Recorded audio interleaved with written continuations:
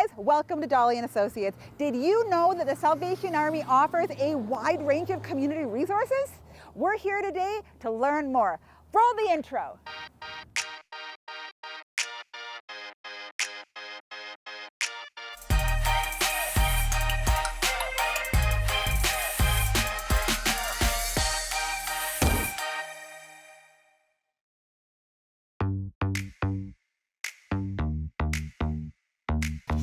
Got this.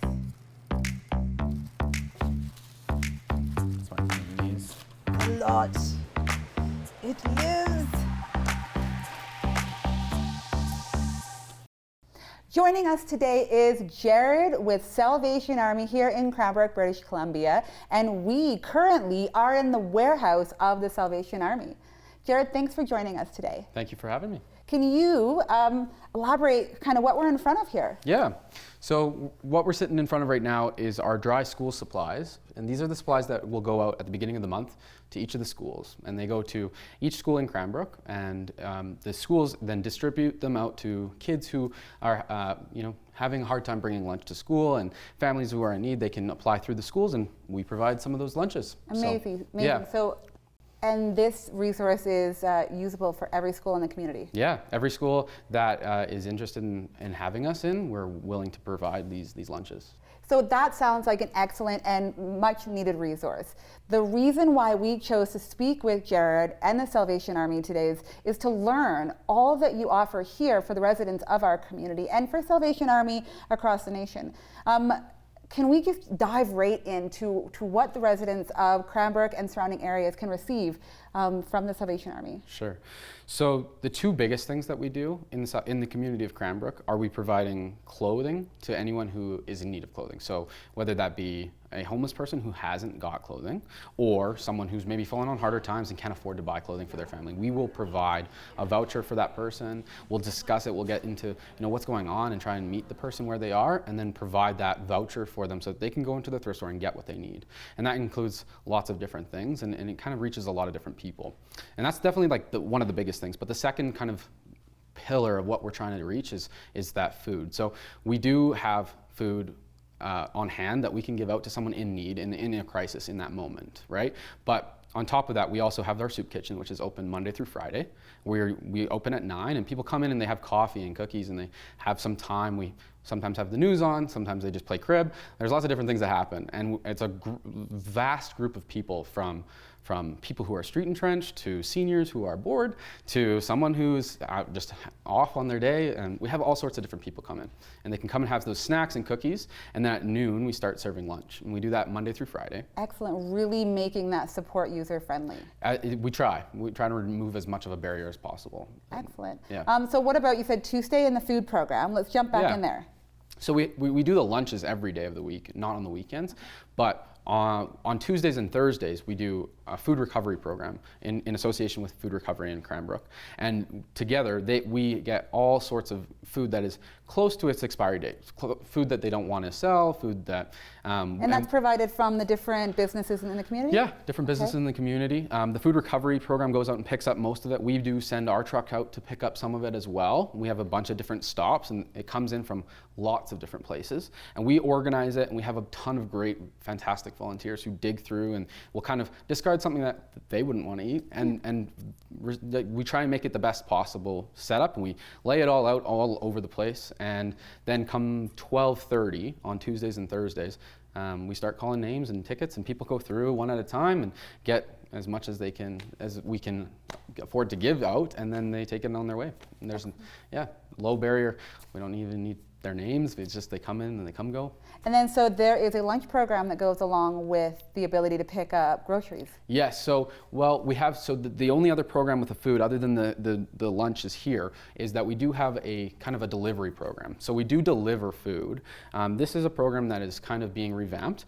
It is a Meals on Wheels kind of inspired program. And I know that that's what a lot of people call it, because that's what it used to be called back in the day in Cranbrook. But what we do is, if someone is locked into their home and can't leave, we will provide a meal, a frozen meal, as well as a soup lunch from that day, and we'll deliver it to their house. The requirements for that program are that they can't leave and they have no one else to make them food, and that they have a doctor social worker, nurse practitioner, some kind of professional reach out to us. It's not self-referral, but at this point, yeah, we are delivering about 64 meals, 120 meals, 2 at a time, to members of the community and so that really benefits ill, but then also the elderly a great deal, I bet. Oh, absolutely. Yeah. Sometimes it's just as simple as someone who is unable to get out and get down there, and we'll bring them that meal to their home and help them with that. So with the kitchen here, it must also provide a great kind of unity.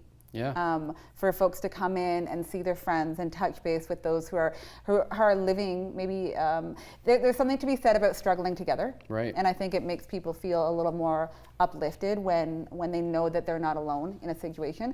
So when people congregate here, it must be like a nice social time as well. Well, we're trying to facilitate that as best as we can. Happy smiles. Yeah, I mean, absolutely. And on top of that, we try and get to know everyone's name who's coming in, so that because they're part of my daily community. And genuine friendships. Right? Yeah. With Why your not? team, I bet. Absolutely. And so many of our team members really, they're not doing it for money. They're getting paid, but they're doing it because they actually care about working you would start to have emotion and feeling and course. Friendship in any one of those situations. And we are often, asking ourselves, hey, where is so-and-so? Have you seen them? And where's Fred? Check in. Fred's been missing for a few days. Let's go. Yeah, and so absolutely, they become a really big part of our daily interactions. And we have a fantastic team who are all committed to making a change in our community. So I am really proud of them. Awesome. Let's talk about other resources, like when it gets cold in the winter. Yeah, so we have some sleeping bags that whenever a sleeping bag or a tent or anything like that comes in the thrift store, if someone was to donate one, we don't sell those because we get a lot of them, and instead we kind of store them away and we keep them for if someone can't get into a shelter, we don't want them freezing outside, and so we will give them a tent and a sleeping bag if need be. And so that at least gives them some form of shelter, some form of survivability, especially in the winter. Sometimes people will come in and go, look, my clothing is dirty, and what we can do is we do have laundry machines here, and so those laundry machines are accessible every day up until 11:30. We'll just throw somebody on a list and they can jump in there, throw their laundry in. We provide the soap, we provide all the detergent. They can do their laundry and come and pick it up and take it on their way. And so we try to reduce the amount of waste. Similarly, like when they're in having their laundry being done, they can take showers, and we provide the soap, we provide the shampoo, the conditioner, all that. We have showers on facilities here. And again, these are all things that we try to offer in the morning up until noon, because we close our doors at 2. So we have the Hungry Tummy program, essentially the school program that Salvation Army works with. There is the clothing, the food resource. You offer showers and the ability to wash clothing. You also have some partnerships in the community that help to aid. What are those? So we have a partnership with the Chamber of Commerce. They have a computer program, and we do adjudicate for them on that. So if someone is not able to get a computer and they live in Cranbrook and they can't afford one and they need it for school or for work, we can have them come in, and just like a clothing voucher, we just sit down for 15 minutes, really quick meeting, talk about it, look at it, and then we can discern if that is someone who is good for that program and send them on their way, and they can get a laptop for school or for work. We also have another program through Leisure Services at the pool. That is the Leisure Access Pass. So it is a bus pass, so it takes 100% off the fare for bus, and they get a bus pass, as well as 75% off all their swimming activities at the pool. Another just quick come in and we have this conversation, and we can fill out that form and fax it off, and they can go and get a bus pass for those who can afford a bus pass. Amazing. I absolutely had no idea that the Salvation Army offered so much across the board. But that's really why I wanted to literally sit down and talk with you today, to ensure that the community also knew everything that this organization offered. Yeah, I mean, a lot of people see the bells, right, and hear the Christmas stuff and the hampers that we do at Christmas, and that is certainly our heart, and we definitely appreciate that. But when we're looking at any opportunity to make change in our community and any opportunity to better people, and so if there's any way that we can tell people about what that is, then we're interested. Excellent. Well, I'm here, and while I'm here, I was hoping to lend a hand. Yeah. I heard that we could make some sandwiches. Yep. Yeah. Sure okay. can. Let's go check that out. All right.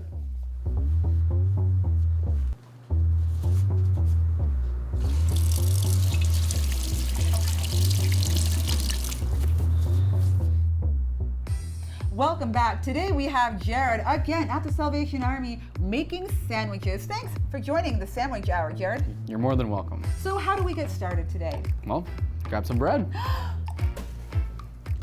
Bread.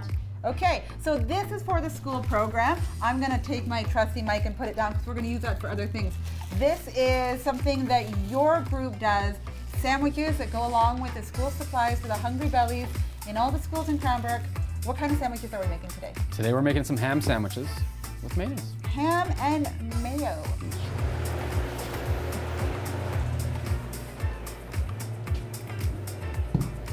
Excellent choice of meat, sir. That's what's on the menu.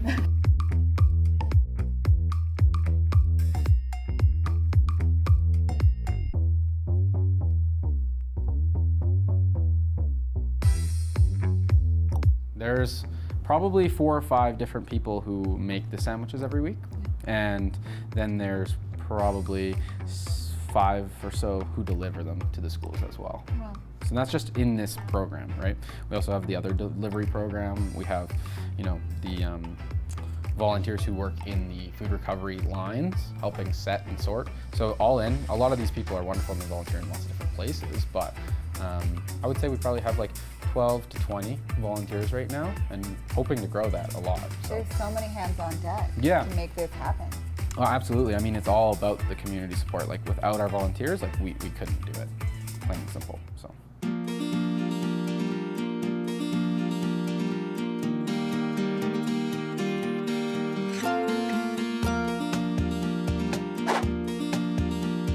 We have made a few of the sandwiches that'll go out in tomorrow's delivery to local schools. We have a lot here that the volunteers have made. And what accompanies the sandwich when it goes to the students is my next question. So we deliver the sandwiches to the schools, and then the schools also have all those dry goods that you saw out there. And so the students can go and get their dry goods from the office, and they distribute it out. So we bring the sandwich in the morning, and then the school does the rest. But inside those dry goods, we have juice boxes, like Mott's Fruit Station cups, granola bars. It changes every month a little bit, so there's some variety. I gotta tell you though, as a parent, as a community member that knows lots of variations of income families, it is not only those with a tight, low budget that are in need right now. No. It's a bigger conversation, of course, but with the groceries, with that shrinkflation conversation, it is overwhelming at times. Yeah. To have enough for everyone in your home. So this kind of program is not just essential, but it really helps to enrich the community as a whole. Yeah, we certainly hope so. That is always our goal, trying to meet the need where it is, right? We are lucky to be joined by Dorian, who is a master chef here at the Salvation Army, and we are sitting just where the magic happens for you. Yeah. Can you tell me a little bit about your experience? First, let's start in what you do here, but beyond that, tell me about your experience volunteering with the organization. So I started here with the Salvation Army 2 years ago. I started off in the kitchen, not even realizing how much we reached out to the community. I found out that we did school lunches every day. We do about 150 school lunches for the community a day, and then we serve anywhere from about 70 to 115 people per day here. So we do a lunch program Monday to Friday. We do soup, sandwiches, desserts, salads and stuff, make sure they get a nice balanced meal. Really engaging with the clients has been absolutely amazing for me, building relationships and joking around with them, learning their stories, able to kind of connect with them on personal levels is really, really nice, and it's been good for me that way. So it really enriches your life outside of your volunteerism here and adds to your overall quality of life. Absolutely. So tell us some significant point within your volunteerism here where you stopped and you thought, this is why I'm here. This is the reason that I show up every day to help. I really enjoy having a purpose and filling a need, and we see so many different walks of life that come in here, and knowing that we're here, whether it be a listening ear or just a hot meal, somebody to talk to, somebody to joke around with. It's really opened my eyes to the different struggles that people have, including myself. We can all be there for each other, and our main goal is to make sure that everybody that walks in that door feels comfortable, feels welcome. We're not here to judge anybody, just as we wouldn't want to be judged for anything, and just to make it a happy and positive place for everybody. And I think that you being here and the volunteers like yourself being here helps to eliminate shame or any more negative feelings than if you weren't. People coming in and seeing your faces, learning who you are, and having genuine friendship on the other side once they walk in those doors makes a significant impact in the experience, and their ability to come in and not feel restricted or nervous or have anxiety. So Absolutely. you help to remove those barriers within them. Absolutely. I definitely, myself, I want to be accepted for who I am. The quirky, the good, the bad, the ugly. And I want to do the same for everybody. We all walk through our own hell every day. We don't know what people's stories are necessarily unless they're willing to share them with us. But we just want to make sure that everybody feels good when they come in here and when they leave. So we love it when they come in. I enjoy just sitting down, even bantering. We have some little games and stuff Like that it we must do. get loud in here. It can. They and can fun get and rowdy energy and happy. Yeah. Yeah, absolutely. We started some games on food recovery days that are like little guessing games. I get little jars, put them in there. They have to guess how many are in it. They can win a prize, or we'll do little riddles. I did a little scavenger hunt for St. Patrick's Day, so we had people running all over the place looking for little clovers, and if they found the clover, they got to win a prize. And you're genuinely making lives better. I really hope so, because I feel that they do that for me. I feel that they do that for me. Dorian, thank you for your time. Thank you so much. And that's a wrap. Thanks to Jared and Dorian for their time today. I am officially a sandwich making expert. Guys, thanks for joining. We will see you next time. One more, get in there.